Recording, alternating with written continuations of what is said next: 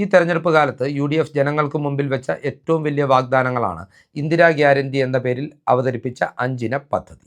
ഈ പദ്ധതിയുടെ ഭാഗമായിട്ടുള്ള സ്ത്രീകൾക്ക് സൗജന്യ യാത്ര KSRTCയിൽ ഉറപ്പുവരുത്തുന്ന പദ്ധതി അധികാരത്തിലേറി 1 മാസത്തിനകം തന്നെ UDF സർക്കാർ പ്രാവർത്തികമാക്കുകയും ചെയ്തു. ജൂൺ മാസം 15-ാം തീയതി തിങ്കളാഴ്ച രാവിലെ 9 മണി മുതലാണ് കേരളത്തിലെ ഓർഡിനറി KSRTC ബസ്സുകളിൽ സ്ത്രീകൾക്ക് യാത്ര സൗജന്യമാക്കിയത്. KSRTC നടത്തുന്ന സർവീസുകളിൽ 55% ഓർഡിനറി ബസ്സുകളാണ് എന്നുള്ളത് കൊണ്ട് തന്നെ ധാരാളം സ്ത്രീകൾക്ക് ഇതുമൂലം വലിയ ആനുകൂല്യം ലഭിക്കുകയും ചെയ്യും. എന്നാൽ ഇതിനെതിരെ ചില കരിന്തിരി പ്രതിഷേധങ്ങളുമായി CPM-ഉം BJP-യും രംഗത്തെത്തിയിട്ടുണ്ട്. എന്നാൽ ജനങ്ങൾ പൂർണ്ണമായും ഈ പ്രതിഷേധങ്ങളെ അവഗണിക്കുന്ന കാഴ്ചയും നമുക്ക് കാണുവാൻ സാധിച്ചിട്ടുണ്ട്. ഇനി പറയുന്നത് വളരെ സുപ്രധാനമായിട്ടുള്ള ഒരു കാര്യമാണ്. UDFന് വേണ്ടി, കോൺഗ്രസിന് വേണ്ടി UDF സർക്കാരിൻ്റെ നയങ്ങളും നിലപാടുകളും പാർട്ടി നിലപാടുകളും ജനങ്ങളിലേക്ക് എത്തിക്കുന്നതിൽ ഏറ്റവും ഫലപ്രദമായി പാർട്ടിയുടെ വക്താവായി ഇപ്പോൾ പ്രവർത്തിക്കുന്നത് പാർട്ടിക്ക് പുറത്തുള്ള ഒരു നേതാവാണ്. പാലക്കാടിൻ്റെ മുൻ MLA-യും യൂത്ത് കോൺഗ്രസിൻ്റെ മുൻ സംസ്ഥാന അധ്യക്ഷനുമായിട്ടുള്ള രാഹുൽ മാങ്കൂട്ടം തന്നെയാണ് ആ നേതാവ്. വളരെ കൃത്യതയോടുകൂടി, ആശയവ്യക്തതയോടുകൂടി, ലളിതമായ വാക്കുകളിൽ UDF സർക്കാരിൻ്റെ ആശയങ്ങൾ ജനത്തിലേക്ക് എത്തിക്കുവാൻ രാഹുൽ മാങ്കൂട്ടം എന്ന നേതാവിന് സാധിക്കുന്നുണ്ട്. കോൺഗ്രസിൻ്റെ ഏതൊരു വക്താവിനേക്കാളും ഫലപ്രദമായി ഈ ഒരു ഉത്തരവാദിത്വം രാഹുൽ നിർവഹിക്കുന്നുമുണ്ട്. രാഹുലിന് സോഷ്യൽ മീഡിയയിൽ വലിയ രീതിയിലുള്ള ജനപ്രിയത ഉള്ളതുകൊണ്ട് തന്നെ രാഹുൽ പങ്കുവെക്കുന്ന ഇത്തരം വീഡിയോകൾക്ക് ജനങ്ങൾക്കിടയിൽ വലിയ സ്വീകാര്യതയാണ് ലഭിക്കുന്നത്. സമാനമായ ഒരു വീഡിയോ പ്രിയദർശിനി എന്ന പേരിൽ സർക്കാർ നടപ്പിലാക്കിയ KSRTCയിലെ സ്ത്രീകളുടെ സൗജന്യ യാത്രയെക്കുറിച്ചും രാഹുൽ പങ്കുവച്ചിട്ടുണ്ട്. വളരെ കൃത്യതയോടുകൂടി രാഷ്ട്രീയ എതിരാളികളുടെ ആരോപണങ്ങളുടെ മുനയൊടിച്ചുകൊണ്ട്, അതുപോലെ തന്നെ ഈ യാത്ര പ്രഖ്യാപനം കൊണ്ട് KSRTCക്ക് 1 രൂപ പോലും നഷ്ടമില്ല എന്ന് വ്യക്തമാക്കിക്കൊണ്ട് KSRTCയുടെ ലാഭം വർദ്ധിക്കുവാൻ ഇതുമൂലം സാഹചര്യം ഒരുങ്ങുമെന്ന് വളരെ കൃത്യമായി വിശദീകരിച്ചുകൊണ്ട്, അതുപോലെ തന്നെ സമ്പദ് വ്യവസ്ഥയ്ക്ക് ഈ നീക്കം എത്തരത്തിൽ ഗുണപ്രദമാകുമെന്നെല്ലാം വിവരിച്ചുകൊണ്ടാണ് രാഹുൽ തൻ്റെ വീഡിയോയിലൂടെ പ്രത്യക്ഷപ്പെടുന്നത്. ഇതിനോടകം തന്നെ ഈ വീഡിയോ വൈറലായിട്ടുണ്ട്. ഈ വീഡിയോ ഇതിനോടകം 15 ലക്ഷത്തിലധികം ആളുകൾ കണ്ടിട്ടുണ്ട്. ഫേസ്ബുക്കിലൂടെ മാത്രമാണ് 15 ലക്ഷത്തിലധികം ആളുകൾ കണ്ടിട്ടുണ്ട്. ഇത് ഡൗൺലോഡ് ചെയ്ത് കോൺഗ്രസ് കേന്ദ്രങ്ങൾ തന്നെ വ്യാപകമായി പ്രചരിപ്പിക്കുന്നതോടെ ഏറെക്കുറെ 1 കോടി പ്രേക്ഷകരിലേക്ക് ഈ വീഡിയോ ദൃശ്യങ്ങൾ ഏതാനും മണിക്കൂറുകൾക്കകം എത്തുമെന്നാണ് വിലയിരുത്തപ്പെടുന്നത്. എന്തൊക്കെയാണെങ്കിലും രാഹുൽ മാങ്കൂട്ടം രാഷ്ട്രീയ എതിരാളികളുടെയും വിമർശകരുടെയും വായടപ്പിച്ചുകൊണ്ട് UDF സർക്കാരിൻ്റെ നേട്ടങ്ങളെ എങ്ങനെ അവതരിപ്പിക്കുന്നു എന്നറിയുവാൻ ആ വീഡിയോ നമുക്കൊന്ന് കണ്ടു നോക്കാം.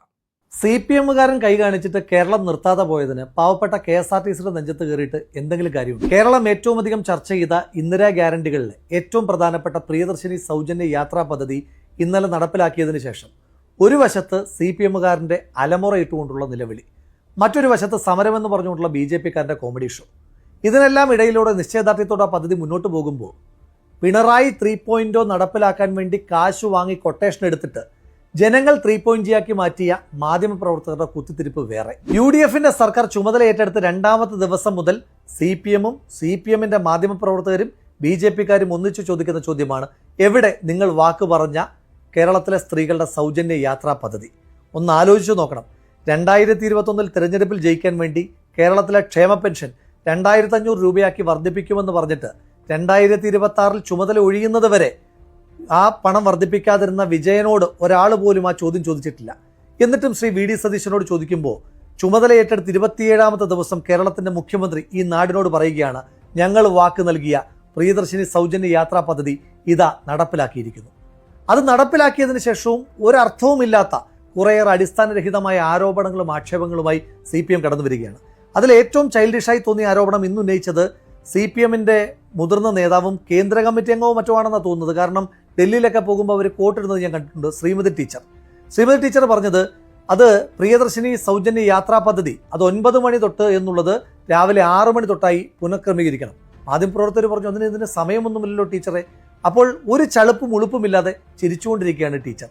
ഇതുപോലെയാണ് CPM-കാർ ഉന്നയിക്കുന്ന ആരോപണങ്ങളെല്ലാം ജനങ്ങൾ പൊളിച്ചെടുക്കുമ്പോൾ ഒരു ഉളുപ്പും ചളുപ്പും ഇല്ലാതെ ചിരിച്ചുകൊണ്ടിരിക്കുകയാണ് CPM-കാരും ചെയ്തുകൊണ്ടിരിക്കുന്നത്. പ്രിയദർശിനി സൗജന്യ യാത്രാ പദ്ധതി ആദ്യഘട്ടത്തിൽ ഓർഡിനറി ബസ്സുകളിൽ മാത്രമാണ് നടപ്പിലാക്കാൻ പോകുന്നതെന്ന് പറഞ്ഞപ്പോൾ CPM-കാർ ഉന്നയിച്ച ഏറ്റവും പ്രധാനപ്പെട്ട വിമർശനം, ഇതാകെ 437 ബസ്സല്ലേ ഉള്ളൂ, അതൊരു തട്ടിപ്പല്ലേ, ജനങ്ങളെ പറ്റിച്ചതല്ലേ എന്നാണ്. സത്യം അതാണ്. ചില കണക്കുകൾ പരിശോധിക്കാം. കേരളത്തിൽ KSRTCയുടെ ഉടമസ്ഥതയിലുള്ള ആകെ ബസ്സുകൾ 5765. അതിൽ തന്നെ ഓർഡിനറി ബസ്സുകളുടെ എണ്ണം 3125. അതായത് പ്രിയദർശിനി സൗജന്യ യാത്രാ പദ്ധതി ലഭിക്കുവാൻ പോകുന്നത് 3125 ബസ്സിലാണ്. 4-3-7 ബസ്സല്ല കേട്ടോ. ഇത് ശതമാനം എടുക്കുമ്പോൾ കേരളത്തിലെ ആകെ KSRTC ബസ്സുകളുടെ 55% സൗജന്യ യാത്രാ പദ്ധതി നടപ്പിലാക്കുവാൻ പോവുകയാണ് എന്നുള്ളതാണ് യാഥാർത്ഥ്യം. ഇത് കേവലമായ ഒരു സൗജന്യ യാത്രാ പദ്ധതിയല്ലേ, ഫ്രീ ബീസ് അല്ലേ, ഇത് തെറ്റല്ലേ എന്ന് ചോദിക്കുന്നവരോടുള്ള മറുപടി, ഇത് കേവലമായ ഒരു സൗജന്യ യാത്രാ പദ്ധതി മാത്രമല്ല, ശക്തമായ സ്ത്രീ ശാക്തീകരണം ഇതിന് പിന്നിലുണ്ട്. എങ്ങനെയാണെന്ന് പറയാം. അതായത് സ്ത്രീകൾ ഇപ്പോൾ യാത്ര ചെയ്യുവാൻ വേണ്ടി ചിലവഴിക്കുന്ന തുക അതവർക്ക് സേവ് ചെയ്യുവാൻ കഴിയും. അത് മറ്റ് ക്രയവിക്രയങ്ങൾക്കും കുടുംബത്തിൻ്റെ ആവശ്യങ്ങൾക്ക് വേണ്ടിയിട്ടും സ്വയം പര്യാപ്തതയ്ക്ക് വേണ്ടിയിട്ടും അവർക്ക് ഉപയോഗിക്കാൻ കഴിയുമ്പോൾ സ്ത്രീ ശാക്തീകരണം നടപ്പിലാകുന്നു. ഇതിന് പിന്നിലൊരു പാരിസ്ഥിതിക ലക്ഷ്യമുണ്ട്. ഇപ്പോൾ സ്കൂട്ടറിലുമൊക്കെയായി യാത്ര ചെയ്യുന്ന സ്ത്രീകൾ സൗജന്യ യാത്രാ പദ്ധതി വരുമ്പോഴത്തേക്കിന് KSRTC കൂടുതലായി പൊതുഗതാഗതത്തെ കൂടുതലായി ആശ്രയിക്കും. അങ്ങനെ റോഡിലെ തിരക്ക് കുറയ്ക്കുവാനും കഴിയും, അതുപോലെ തന്നെ കാർബൺ എമിഷൻ കുറയ്ക്കുവാൻ കഴിയും. അപ്പോൾ ഇതിന് പാരിസ്ഥിതികമായ മാനങ്ങളുമുണ്ട്. ഇങ്ങനൊരു സൗജന്യ യാത്രാ പദ്ധതി നടപ്പിലാക്കിയതിൻ്റെ പേരിൽ മാത്രം ആളുകൾ ബസ്സിൽ കയറുമോ എന്ന് ചോദിച്ച ചില ആളുകളുണ്ട്. അവരോട് പറയാനൊരു കണക്കുണ്ട്. കഴിഞ്ഞ തിങ്കളാഴ്ച കേരളത്തിൽ ആകെ യാത്ര ചെയ്ത സ്ത്രീകളുടെ എണ്ണം 6.9 ലക്ഷമായിരുന്നു. എന്നാൽ പ്രിയദർശിനി സൗജന്യ യാത്രാ പദ്ധതി നടപ്പിലാക്കിയ ഇന്നലെ തിങ്കളാഴ്ച യാത്ര ചെയ്ത സ്ത്രീകളുടെ എണ്ണം 9.62 ലക്ഷമാണ്. ഏതാണ്ട് 3 ലക്ഷത്തിലധികം സ്ത്രീകളുടെ യാത്രയിലാണ് വർധനമുണ്ടായിരിക്കുന്നത്. ഇനി ഇന്നലത്തെ ദിവസം മാത്രം കേരളത്തിൽ സ്ത്രീകൾക്ക് പ്രിയദർശിനി സൗജന്യ യാത്രാ പദ്ധതിയിലൂടെ സേവ് ചെയ്യുവാൻ പറ്റിയ തുക 1,43 ലക്ഷമാണ്. ഒറ്റ ദിവസം 1,43 ലക്ഷം രൂപ കേരളത്തിലെ സ്ത്രീകൾക്ക് സേവ് ചെയ്യുവാൻ കഴിഞ്ഞുവെങ്കിൽ ഒരു വർഷം എത്ര കോടിയാണ് എന്ന് നിങ്ങൾ സ്വയം കണക്ക് കൂട്ടി നോക്കൂ. ഈ ഓർഡിനറി ബസ് എന്ന് പറയുമ്പോൾ ആകെ 10 കിലോമീറ്ററൊക്കെ ഓടുന്ന ചെറിയ ലോക്കൽ ബസ്സുകളല്ലേ, ഇതൊരു തട്ടിപ്പല്ലേ? ദീർഘദൂര യാത്ര ചെയ്യുന്ന സ്ത്രീകൾക്ക് എന്തെങ്കിലും ഗുണം ചെയ്യുമോ എന്നുള്ളതായിരുന്നു മറ്റൊരു കുത്തിത്തിരിപ്പ് ചോദ്യം. അതിന് മറുപടിയുണ്ട്. അപ്പോൾ പാലക്കാട് നിന്ന് കോഴിക്കോട്ടേക്ക് ഓർഡിനറി ബസ് ഉണ്ട്. ഏതാണ്ട് 132 കിലോമീറ്ററാണ് ആ ബസ് യാത്ര ചെയ്യുന്നത്. അതിലെ യാത്ര തികച്ചും സൗജന്യമാണ്. അതല്ല എങ്കിൽ ഏതാണ്ട് 120 രൂപയ്ക്കടുത്താണ് അതിൻ്റെ ടിക്കറ്റ് സാധാരണഗതിയിലാകുന്നത്.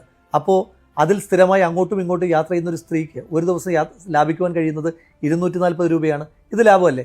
മാത്രമല്ല, ഓർഡിനറി ബസ് എന്ന് പറയുമ്പോൾ ഓർഡിനറി ബസ്സുകൾ വരും, ലിമിറ്റഡ് സ്റ്റോപ്പ് ഓർഡിനറി വരും, ഫെയർ സ്റ്റേജ് ഓർഡിനറി ബസ്സുകൾ വരും, fair stage limited stop ordinary ബസ്സുകൾ വരും, ഗ്രാമവണ്ടികൾ വരും, ടൗൺ ടു ടൗൺ ബസ്സുകൾ വരും. ഇതെല്ലാം കൂടെ കൂട്ടിയിട്ടാണ് പ്രിയദർശിനി സൗജന്യ യാത്രാ പദ്ധതിയിൽ ഉൾപ്പെടുത്തിയിരിക്കുന്നത്. ഇനിയും ഏതെങ്കിലും റൂട്ടിൽ ബസ്സുകളില്ല എങ്കിൽ ബഹുമാനപ്പെട്ട കേരളത്തിൻ്റെ ഗതാഗത വകുപ്പ് മന്ത്രി ശ്രീ CP ജോൺ വ്യക്തമായി പറഞ്ഞിട്ടുണ്ട്, ഗ്രാമവണ്ടികൾ ആരംഭിക്കാം. ത്രിതല പഞ്ചായത്ത് സംവിധാനങ്ങൾ ഇനിഷ്യേറ്റീവ് എടുത്താൽ സ്ത്രീകൾക്ക് യാത്ര ചെയ്യുവാനുള്ള ഏതൊരു റൂട്ടിലേക്കും ബസ്സുകൾ എത്തിക്കുവാൻ KSRTC തയ്യാറാണ് എന്നും KSRTC മന്ത്രി തന്നെ പറയുന്നുണ്ട്. അപ്പോൾ എവിടെ പ്രശ്നം ഉണ്ടാകുന്നത്?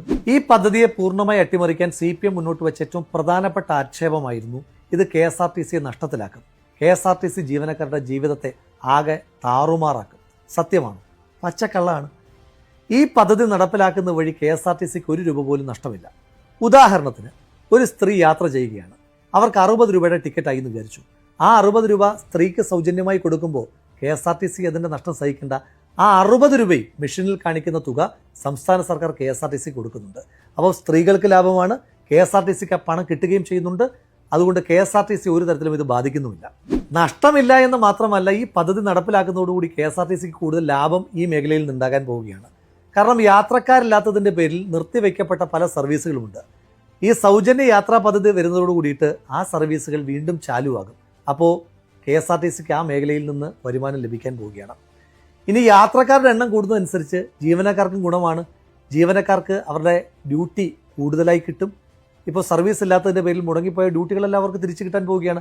മാത്രമല്ല, കൂടുതൽ സ്ത്രീകൾ യാത്ര ചെയ്യുന്നതോട് കൂടിയിട്ട് അവരുടെ അലവൻസും കമ്മീഷനുമെല്ലാം വർദ്ധിക്കുവാനും പോവുകയാണ്. KSRTC നഷ്ടത്തിലാകും എന്ന് ഇവർ പറയുന്നത് കേട്ടാൽ തോന്നും ഇവർ 10 വർഷം ഭരിച്ച് KSRTC ഇപ്പോൾ ലാഭത്തിലാണ്. സത്യത്തിലുള്ള കണക്കറിയൂ, KSRTC ഒരു വർഷം 800 മുതൽ 1000 കോടി വരെ നഷ്ടത്തിലാണ്.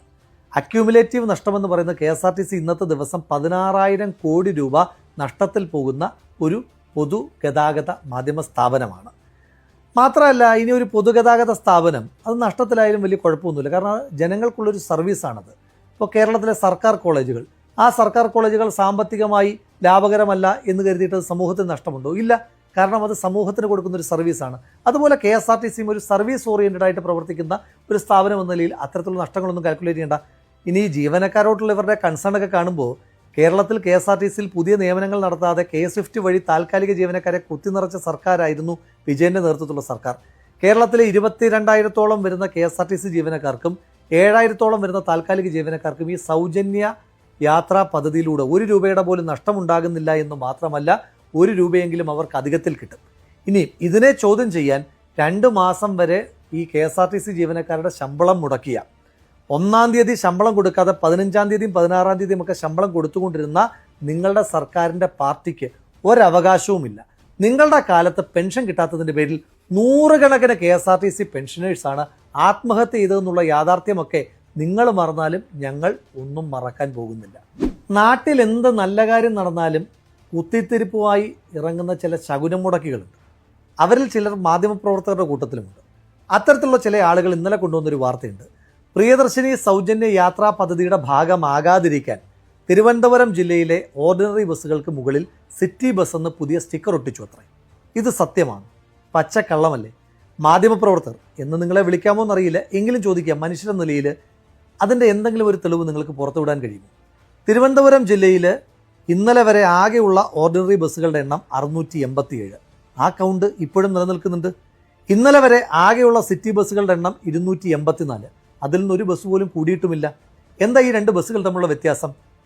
ഓർഡിനറി ബസ്സാണ് എങ്കിൽ കേരളത്തിലെവിടെയും മിനിമം ഫെയർ 10 രൂപയാണ്. പിന്നീടുള്ള ഓരോ കിലോമീറ്ററിനും 1 രൂപയും. സിറ്റി ബസ് ആകുമ്പോൾ 2022 ആണ്ട് മുതൽ മിനിമം ചാർജ് എന്ന് പറയുന്നത് 12 രൂപയും പിന്നീടുള്ള ഓരോ കിലോമീറ്ററിനും 1.3 പൈസയുമാണ്.